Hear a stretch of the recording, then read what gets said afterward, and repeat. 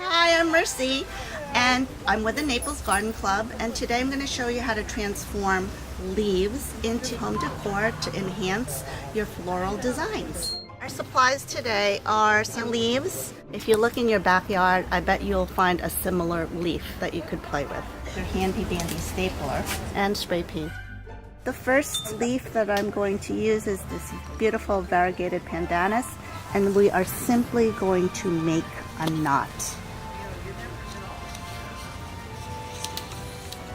And pull through, and look what a beautiful shape this makes of the leaf.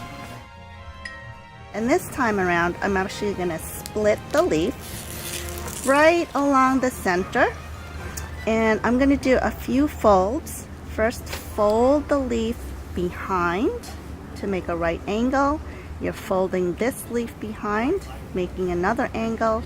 We're folding and folding, and as you can see, it's transforming itself into this beautiful circular shape.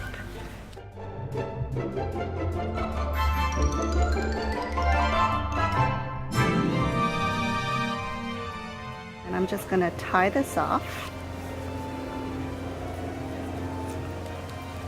in a knot, just a simple knot.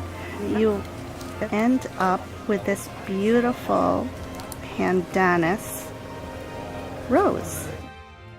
If you can braid hair, you can do this.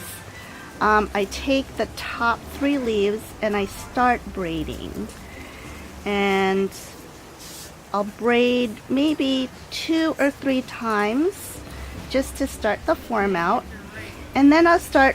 It's really, if you know how to braid hair, it's like a French braid. So I'm starting to take leaves from the opposite side and joining them to the braid I already have. And you can see the beautiful shape it's turning into. The stapler is just a stop if I wanted to take it up again. Fresh and new.